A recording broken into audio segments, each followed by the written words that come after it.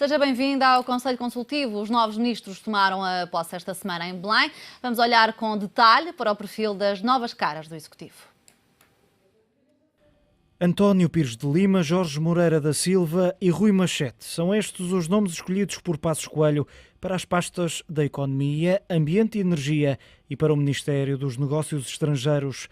Pires de Lima, 51 anos, é licenciado em Economia e mestre em Administração de Empresas. Ao longo da carreira passou por várias empresas, quase todas do ramo agroalimentar.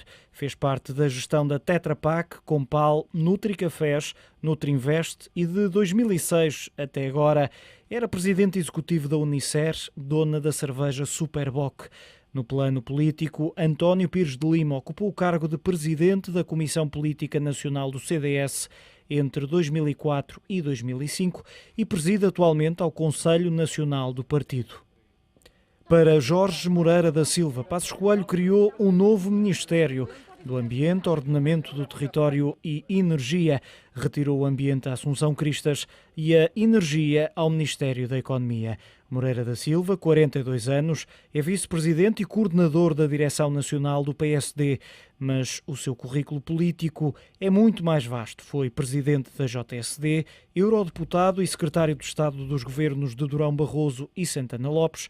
Foi também conselheiro do presidente da República, Cavaco Silva, do Banco Europeu de Investimento e da Comissão Europeia para o Ambiente e Energia. Apesar da sua experiência política, é licenciado em Engenharia Eletrotécnica e tem uma pós-graduação em Gestão de Empresas. Para substituir Paulo Portas nos negócios estrangeiros, Passos Coelho optou por Rui Machete, de 73 anos, o membro mais velho deste governo e a grande surpresa da remodelação governamental.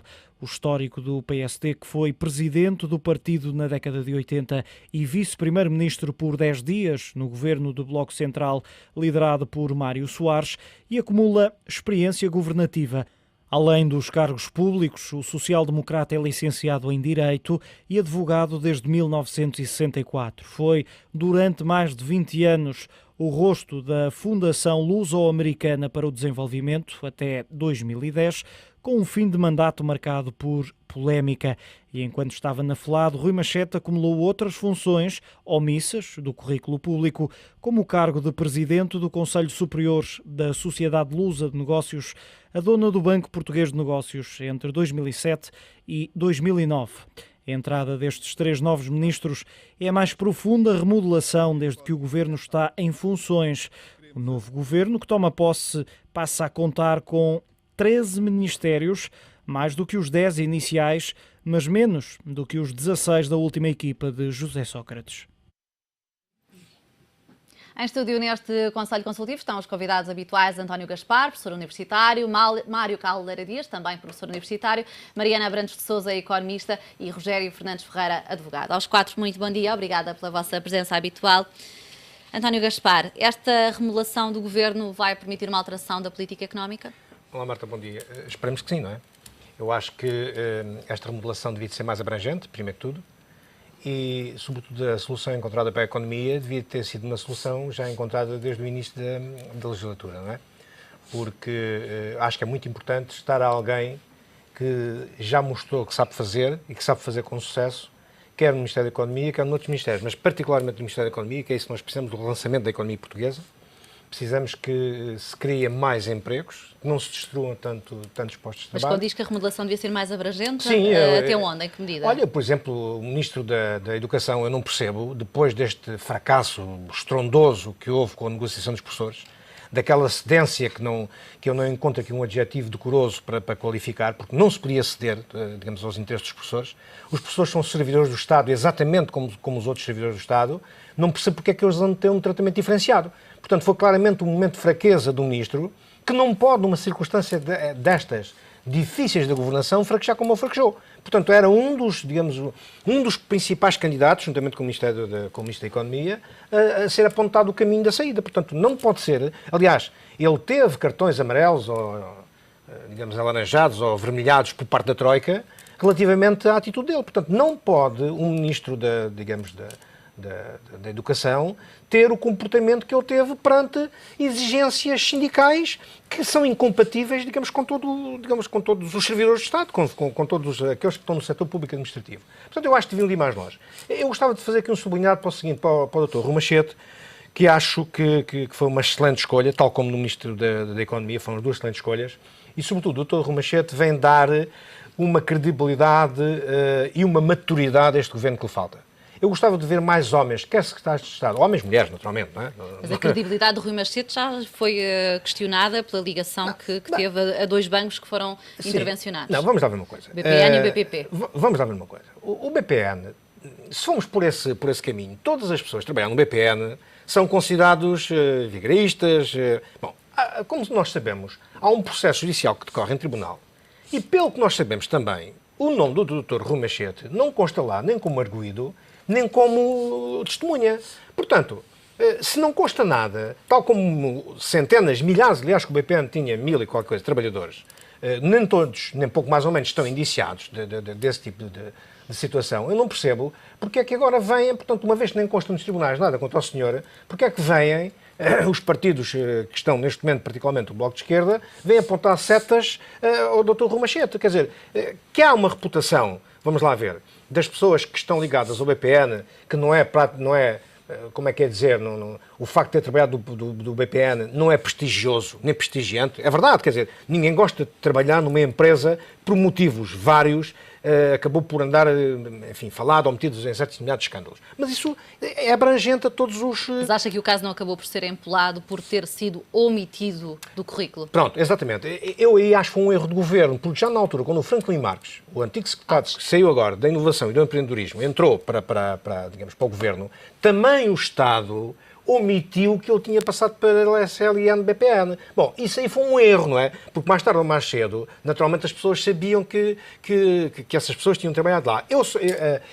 A minha interpretação que eu faço desse facto é, como eu estava a dizer, ter trabalhado no BPN não é, digamos, não é em si um facto prestigiante nem prestigioso, não é? Portanto, eu acho que um destes dias encontrava aí alguém, já aqui no final do ano passado, que me dizia que ter trabalhado no BPN é currículo, é cadastro, dizia-me alguém. Bom, eu não digo isso, quer dizer, agora, não é prestigiante o facto de ter trabalhado. E eu olho para essa omissão como, digamos, como retirando essa parte que não é prestigiante do currículo das pessoas. Agora, eu acho que é importante estarem pessoas como o Dr. Rui Machete, porque, como eu queria dizer há bocado, e entretanto depois a conversa derivou para um outro vetor, eu acho que este governo precisa, quer de secretários de Estado, quer de ministros, pessoas que, não é da Brigada do Reumático, não é disso que eu estou a falar, mas pessoas que tenham já uma experiência, pessoas já se calhar com mais de 50 anos, que venham dar a credibilidade, que venham dar, sobretudo, esta imagem que o Dr. Rui Machete agora vem dar de maturidade do governo. Portanto, o que é que nós vemos? Vemos, ainda agora nos secretários de Estado, vemos pessoas que vêm ou do setor público administrativo, fizeram por aí carreira, ou dos corredores do poder, ou em insistência outra vez nas universidades. Quer dizer, agora, pessoas de saber feito, pessoas que deram provas, como está aí o Ministro da Economia, o Dr. Rui Machete, pessoas que tenham efetivamente contribuído e dado notas da grande contribuição que deram para a economia, para a justiça e para outros, digamos, para outros capítulos onde andaram, é disso que o país precisa. Então, não é de pessoas imaturas, nem é de pessoas, digamos, com pouca experiência ou nenhuma experiência, só porque andaram, digamos, nos corredores das juventudes partidárias, nas distritais e nas concelhias, que são escolhidos para certas e determinadas funções do governo. Mário Caldeira Dias, António Pires de Lima, na economia, pode vir aqui a representar uma inversão da política económica, pelo menos nas intenções do agora Ministro, no documento que ele escreveu para o Congresso do CDS, estão prioridades como estabilizar o consumo privado, recuperar o investimento, desenvolver exportações, a intenção dele de terminar com os cortes nos salários da função pública depois da saída da Troika, aumentar o salário mínimo, reduzir impostos. Tudo isto será possível com a Troika em Portugal, pelo menos até ao verão? Não, pois claro que as pessoas contam e é provável que as características pessoais do Ministro Pires de Lima possam ter alguma influência na construção desse tipo de objetivos. Agora, o contexto neste momento é muito mais importante do que a capacidade das pessoas, na medida em que continuamos a ser um país sob tutela, né, nessa perspectiva, e as questões ligadas aos credores, ao Fundo Monetário, ao papel do Banco Central Europeu, ou ao papel da própria Comissão Europeia, e à forma como o pagamento da dívida, no fundo é a sustentabilidade do processo de pagamento da dívida que para mim não está claro ainda. Portugal é o terceiro país da zona euro com maior dívida pública. Isso. 127% do PIB. E sobretudo o que é que não está claro e que mesmo para os próprios credores pode não ser bom, é se o processo que levará ao pagamento, e os portugueses nesse aspecto são honrados e querem pagar as suas dívidas. Agora, o que nós temos eu tenho dúvidas, pelo menos, é se o processo de pagamento da dívida é sustentável no quadro das condições macroeconómicas que estão previstas para os próximos anos, nomeadamente até o ano crítico de 2021. Claro que não, é alguma coisa que tem que ser feita nessa matéria. Mas enquanto isso não... Alguma coisa o quê? Renegociação da dívida? Tudo, há várias coisas, não é? Há várias coisas, mas tudo aquilo que tem efeito no pagamento do serviço de dívida, que hoje andará à volta dos 7 mil milhões de euros. O Orçamento do Estado seria positivo, o chamado saldo primário seria positivo se não fosse isso. E, portanto, se nada acontecer a esse nível, nós não vamos conseguir suportar a carga que a dívida tem sobre nós. É claro que há esperança que isso venha a acontecer, que as condições mudem, mas, infelizmente, a recuperação do investimento e todas essas coisas não vão acontecer só porque o Ministro Pires Lima acha que devem acontecer, todos nós gostaríamos que acontecesse. Mas acha que há aqui alguma forma de se conseguir equilibrar mais as finanças com a economia neste resto de mandato? Não, enquanto as finanças não o permitirem, quer dizer, são uma condicionante absoluta, isto é, as condições externas são condicionantes absolutas, não são condicionantes secundarizáveis. Se conseguirem negociar de outra maneira, se conseguirem alterar os termos em que o processo vai seguir, se conseguirem novas concessões ao nível dos jogadores ou novas ajudas a partir do Banco Central Europeu de Ajuda, talvez. Agora, infelizmente, a evolução da economia e dessas condicionantes não depende de forma nenhuma da vontade de uma pessoa, por muito que ela queira, por muito capaz que ela seja e por muito que ela o deseje, não vai depender dele. Era bom. O futuro da nossa economia está mais dependente da capacidade negocial do Governo, no seu entender, do que propriamente de medidas de curto prazo. E está sobretudo mais dependente dos credores do que dos nossos ministros, não é? Essa é que é a verdade. E, portanto, não podemos criar ilusões, porque, no fundo, as pessoas só podiam fazer isso se as condições não se alterarem, se fizerem um milagre. Ora, até agora, nós não acreditamos que nenhum dos ministros possa ser, daqui a uns anos, considerados com um milagre capazes de os tornarem santos, não é? Não esperamos que isso aconteça. Mas acha que alguma destas medidas poderia dar um alívio? Está descrente? Não estou descrente. Simplesmente o que acontece é que essas coisas todos desejamos não dependem da vontade do Ministro Pires Lima, mas dependem de alterações das condições em que ele tiver que fazer o seu trabalho. Esta é que é a questão, não é? Mariana Abrantes de Sousa, olhando ainda para a composição do Governo e para a polémica destes últimos dias, a Ministra das Finanças, com este caso dos contratos de swap, parece-lhe descredibilizada para continuar as funções neste Executivo? Bom dia. Bem, ela está evidentemente sob ataque e é natural que, como o Ministério das Finanças é o mal amado em sempre e, portanto, basta qualquer pessoa aparecer no Terreiro de Paço, vão buscar tudo o que puderem para atacar. Eu, pessoalmente, acho que este ataque que lhe estão a fazer a respeito dos swaps é bastante injusto, porque o problema dos swaps não é dela, pessoalmente. Ela podia ter atalhado ou não, isso é bastante discutível também, mas eu vejo o problema muito mais a fundo e vejo o problema que tem a ver com esta porta giratória que nós temos. Nós não temos um governo, temos uma porta giratória no Terreiro do Paço.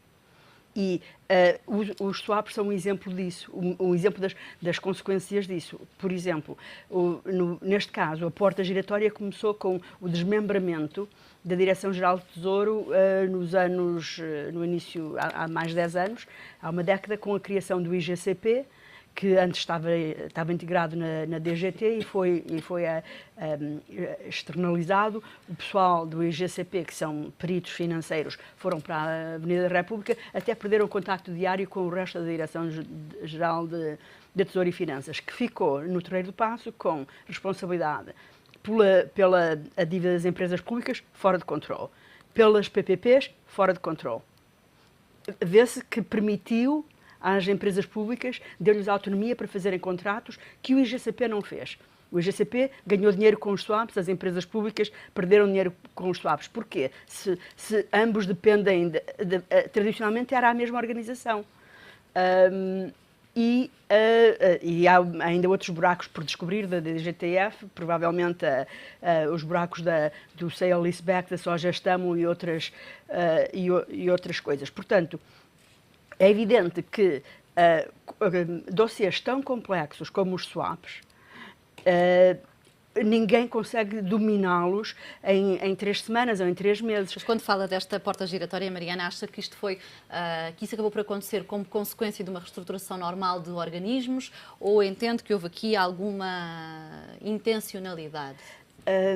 Bem, o que eu acho é que há muita ligeireza, muita leviandade, porque mesmo agora com esta última, que é a sétima remodelação, a sétima remodelação em 7 anos, quer dizer, é uma coisa impressionante, não faz nenhum sentido.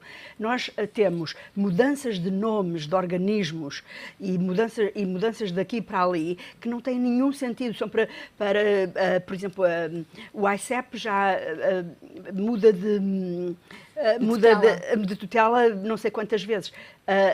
Eu acho que já é tão ligeiro, é tão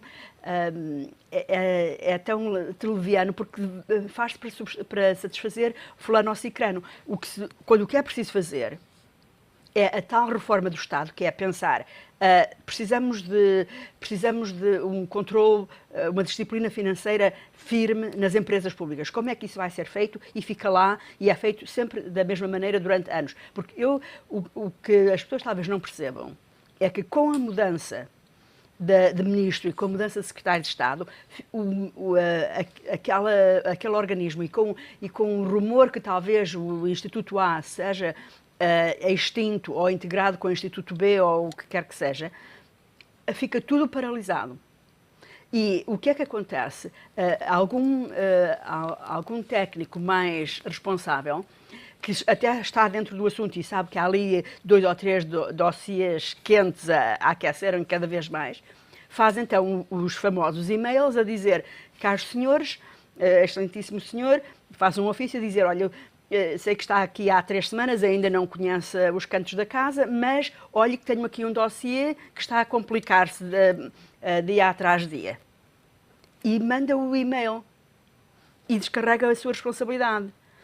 Acha que foi isso que aconteceu no caso? Eu acho que é evidente que dossiês, portanto, a mudança que eu ia ver, que eu desafio a fazer uma análise do tempo médio, da duração média de secretários de Estado, que são mais importantes que os ministros, porque são eles que estão mais próximos das questões, são eles que preparam as decisões para os ministros, em termos práticos, e diretores gerais, etc. O tempo médio é muito pequeno. E então nós não podemos ter... nós falamos que as pessoas às vezes não têm currículo para os cargos porque têm ou não têm experiência prática, mas sobretudo não têm tempo. Não têm tempo para conhecer... Para entrar a fundo nos dossiês. Rogério Fernandes Ferreira, hoje, como notícia, aliás, o Diário Económico da Manchete, vai ser apresentado no Ministério das Finanças o plano de reestruturação do IRC. Há pouco falava aqui com o Mário Caldeira Dias sobre várias medidas que Pires de Lima pretende tomar enquanto Ministro da Economia. Acha que mexer, por exemplo, descer os impostos como o Ministro pretende, pode dar algum fôlego à economia, ou está descrente como o Mário Caldeira Dias? Eu estou de acordo, aliás, quer com o que a Mariana disse, quer com o que disse também o professor Caldeira Dias. Basicamente, julgo que a margem de manobra que o Governo tem passa pelo cumprimento dos compromissos internacionais que foram assumidos pelo Governo português anteriormente. Ou seja, que é pouco ou nenhuma. Portanto, é pouco ou nenhuma. De qualquer forma, o que eu quero salientar é que esta remodelação governamental tem um aspecto que é muito positivo, que do ponto de vista internacional parece dar alguma credibilidade e alguma estabilidade ao governo português. E nessa medida julgo que é positivo. Para além disso, quanto aos nomes, e mais em concreto, também me parece positivo que os 3 nomes que aqui se falaram, que cada um deles, de facto o Dr. Rui Machete com experiência governativa larga, o Dr. Pires de Lima com experiência empresarial e depois o Dr. Moreira da Silva também, aliás, o engenheiro Moreira da Silva também com amplo conhecedor na área da energia e do ambiente. Portanto, desse ponto de vista, parece-me que de facto está tudo bem. Agora, a margem de manobra do ponto de vista do déficit orçamental é de facto muito reduzida, o que naturalmente se repercute em reformas ao nível dos impostos. Aliás, eu gostava mais que o Governo falasse em reformas ao nível da despesa do que em reformas ao nível da receita. Também é outro aspecto que há para salientar. Mas é bem-vinda a reforma do IRC e são bem-vindos os motivos que a causam, não tanto a questão da descida das taxas, que é uma coisa que me preocupa menos, até porque a taxa efetiva de tributação em Portugal do IRC é relativamente reduzida, até em comparação com os outros países. É mais importante a simplificação. É mais importante a simplificação, é mais importante a estabilidade destes regimes fiscais também, porque os investimentos vêm do exterior quando há estabilidade fiscal. A verdade é que neste mandato já mexemos quantas vezes nos impostos? Eu já perdi as contas, confesso. Os impostos, infelizmente, mexem-se todos os anos, várias vezes. Aliás, se nós compararmos a evolução das alterações legislativas entre os anos 60 e a atual época, vemos que há um aumento exponencial. Quer dizer, todos os anos não é apenas no Orçamento do Estado que se mexe nos impostos, é várias vezes ao longo do ano que os impostos são alterados, muitas vezes até em termos estruturais e substanciais. Naturalmente afeta a expectativa das famílias e das empresas? Com certeza, portanto, não me preocupa tanto a questão da diminuição das taxas, preocupa mais, e julgo que essa também é a preocupação da Comissão de Reforma, que me parece positiva, porque é o que consta também do mandato que ela tem, no sentido da estabilização dos regimes ou no sentido da preocupação com a diminuição de custos de contexto, por exemplo, ou ainda com questões de competitividade fiscal internacional. Aliás, eu tenho sido muito avesso à existência de benefícios fiscais. Acho que os benefícios fiscais se controlam muito menos, de uma forma muito pior do que a despesa efetiva, mas julgo que são bem-vindos alguns benefícios que tenham presente a questão de Portugal não estar sozinho no mundo e que, de facto, há questões de competitividade fiscal internacional que têm que ser ponderadas. E julgo que o mandato contém estas diretrizes e a apresentação pública que hoje vai ser feita, naturalmente irá neste sentido, e tudo isso é bem-vindo. Falando ainda na despesa, que dizia que é mais importante do que propriamente voltar a mexer na receita, o responsável, ou um dos, pela reforma do Estado é Paulo Portas, que foi também indicado como um dos intervenientes desta crise política. Acha que Paulo Portas está em condições de levar para a frente este dossiê no interior de um governo onde ele criou algumas turbulências e também com o principal partido da oposição, o PS, a dizer que não se quer sentar à mesma mesa que o governo e que a Troika? Repare, do meu ponto de vista, eu julgo que Paulo Portas foi a pessoa que ficou mais fragilizada desta remodelação e desta crise política. Ao contrário, até provavelmente do próprio Primeiro-Ministro, que julgo que neste sentido surgiu mais credibilizado desta remodelação, e ao contrário até, de alguma forma, do Presidente da República, que tentou arranjar, de facto, compromissos mais alargados, que, do meu ponto de vista, também são bem-vindos. Mas acha que essa tentativa de Cavaco Silva ele não poderia ter previsto que ia correr mal? Eu acho que correu bem, ao contrário do que as pessoas dizem, acho que acabou por correr bem. Acha de facto que se abriram as portas ao diálogo? Abriu-se as portas ao diálogo, abriram-se as portas à concertação, abriram-se portas ao alargamento. É evidente que foi uma crise que foi indesejada e, portanto, é nessa perspectiva que julgo que Paulo Portas sai pior do que por exemplo, o Primeiro-Ministro, que sai bem desta remodelação, do meu ponto de vista, até sai bastante fortificado. E, portanto, esta crise acabou por trazer aqui alguma estabilidade que julgo que poderá manter-se durante os próximos 2 anos, o que de facto é positivo do ponto de vista exatamente dos compromissos internacionais que Portugal assumiu perante os seus criadores. Portanto, se Paulo Portas vai conseguir ou não conseguir as reformas estruturais, o que é certo é que também não vimos ainda nestas linhas gerais digamos, da política que vai ser seguida. Para já voltamos a assistir a linhas gerais e as questões concretas estamos ainda à espera delas, não é? As reformas concretas que vão ser feitas e que naturalmente terão mesmo que ser feitas. Portanto, nesta altura temos menos de 5 minutos, vamos ter que ser um bocadinho mais rápido para conseguirmos falar todos. António Gaspar, esta coligação com todos os desafios que tem pela frente vai aguentar-se até ao fim? Eu creio que sim. Neste momento acho que tem todas as condições para que isso aconteça. Não é? Tem um beneplácito do Presidente da República, contrariamente àquilo que o Rogério disse, não o posso acompanhar. Eu acho que o Sr. Presidente da República sai daqui muito mal visto, não é? Porque ele postou tudo no consenso e não conseguiu. e teve que, numa primeira fase, não aceitou uma solução que veio a aceitar depois de não ter conseguido o consenso, portanto, ou seja, a remodelação do governo. Mas tem todas as condições, neste momento, tem todas as condições para continuar. Portanto, eu acho que, apesar do Paulo Portas ter saído daqui fragilizado, e estou completamente de acordo consigo, apesar dessa fragilidade com que ele saiu, acho que, em termos do governo em si, ele saiu mais forte do que estava anteriormente, não é? Até porque há um conjunto de pessoas, sobretudo estes dois ministros, que vão dar uma entourage diferente digamos, à consistência que o governo tinha. Eles próprios poderão, em certos momentos de dificuldade, poderão impor a sua, digamos, a sua experiência, a sua maturidade para acalmar as águas quando elas estiverem eventualmente a ficar, digamos, turvas ou a ficar agitadas, e eu penso que tem todas as condições para fazer, para fazer o resto da legislatura e também para, no final de contas, conseguir resultados que até aqui, ou seja, metade da legislatura não conseguiu. Mário Caldeira Dias, a estabilidade política ou a eventual estabilidade política vai ser suficiente para conseguir reduzir os juros da dívida a níveis anteriores aos desta crise? Não, aliás, na sequência também daquilo que eu tinha dito, e não era uma questão de descrença, é apenas para evitarmos aquele toque sebastianismo que nós temos, que as coisas dependem muito da visibilidade e da capacidade das pessoas. É claro que sim, mas tudo depende, sobretudo, das condições externas que conseguirmos encontrar. E essas condições externas podem, de facto, vir a ser alteradas, têm que ser alteradas, porque este caminho não tem saída, e se isso acontecer, então, nesse caso, o Governo terá condições diferentes para prosseguir a rota que também ajudará a essa estabilidade, se conseguir fazer isso, não é? Porque é sempre mais fácil o entendimento quando as coisas estão a melhorar do que quando estão a piorar. E julgo que a nível da Europa pode haver, quer dizer, não quero também depositar grandes esperanças nas eleições alemãs, mas mais tarde ou mais cedo os próprios criadores e os próprios europeus perceberão que é bom para todos que as condições permitam pagar a mesma dívida a sério. E nestas circunstâncias, esta nova situação, tal como eu já tinha dito aqui no passado, e é verdade, não se trata de um problema de estabilidade, é que os governos contam pouco.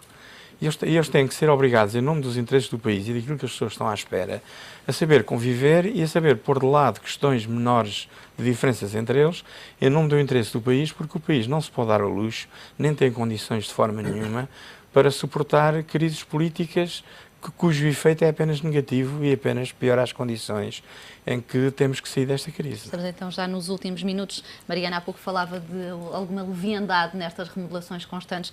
Uma que é agora apontada como que era pouco provável é a saída de Pedro Roque do emprego, que quando entrou foi apontado como alguém que ia ser bem recebido na concertação social, vai ser agora substituído por Agostinho Branquinho. Isto quer dizer que na concertação social vai-se começar tudo de novo outra vez? Pois, o problema é esse. É uma área que eu não conheço muito tão bem, mas o problema é que as remodelações começam do zero. E tradicionalmente até começavam, quando encontravam os computadores vazios, limpos.